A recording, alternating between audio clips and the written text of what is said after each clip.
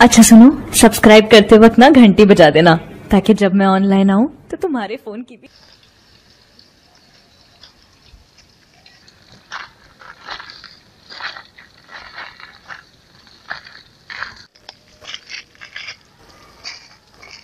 अरे पहिरा,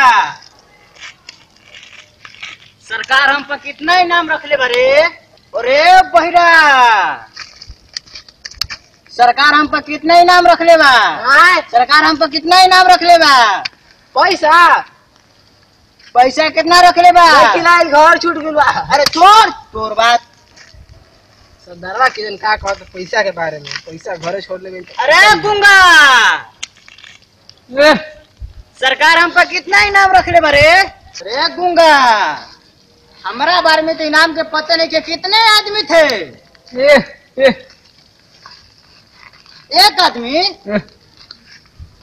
अरे अनरा जी सरदार, कितने आदमी थे रे।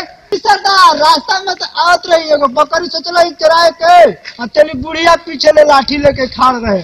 का करी, कैसे भागल भागल आयल है, मरना हुई तो कोनो ठीक बा हमरा। फिर भी वापस चले आए। सरदार का करी, अपन कैसे जान बचैले है ना। गुंगा तो का दिन कोनो भागलो, कुछ बोलबे ना कइल है। अरे अनरा जी सरदार, जब घर में दूर दूर से जब खांसी रहे लसन तो बुढ़िया माई कहले कि चुप हो जा खांसी, जी सरदार, नहीं तो लंगड़ा सरदार रात उठवा लेगा। जी सरदार। एगो तोहनी के बारे सन ना सरदार, हमनी के ना। फिर भी वापस चले लसन। इनका सोच के लसन कि लंगड़ा सरदार तोहनी के खुश होई देख के। सरदार तो का करी, चुराए तो पहले ही रही, बुढ़िया ने पीछे लाठी लेके मार भैया। बोली तो हमारे इतना दिन से निमक खैलसन, एगो तोहनी के खांसी ना उठा गइलसन। का सोच के लसन तोहनी के। सरदार का करी, हमरा तो लौकत ना रहे। और गुंगा के कनिया घर चले चल हम चोराई, तो बुढ़िया के चलते भाग चलल हो, तो हम भाग उड़ क्या कर पीछे पीछे गला तो धैले। चल ढेर लंगड़ा के निमक हराम कइलसन, अब तनी सब गोली खासन। इतना दिन से तो ढेर खइबे कइलसन, तनी हमरो के गोली खा के देख लेब दसन। ना सरदार, काले से मैदान को परेशान बनी, आज सुबह ही गोली खा के नहीं भोला ही। तो ले ते होई हमार गोली खा ले। ये कौन गोली हो। चल भाग ल सरे।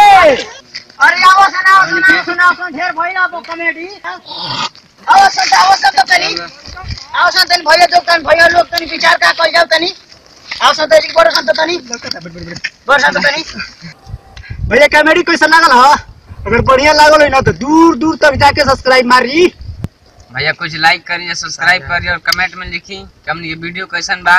सब्सक्राइबर और व्यूअर आदमी कम बढ़ाने लगा लागत है कि हमनी के गलत चलती जा। अगर गलत बोले लिखत जा चाहे बनावत जा तो बस कमेंट में जाकर लिख के बता दिया जाएगा। छोट भाई समझ के हुई माफ कर दियो।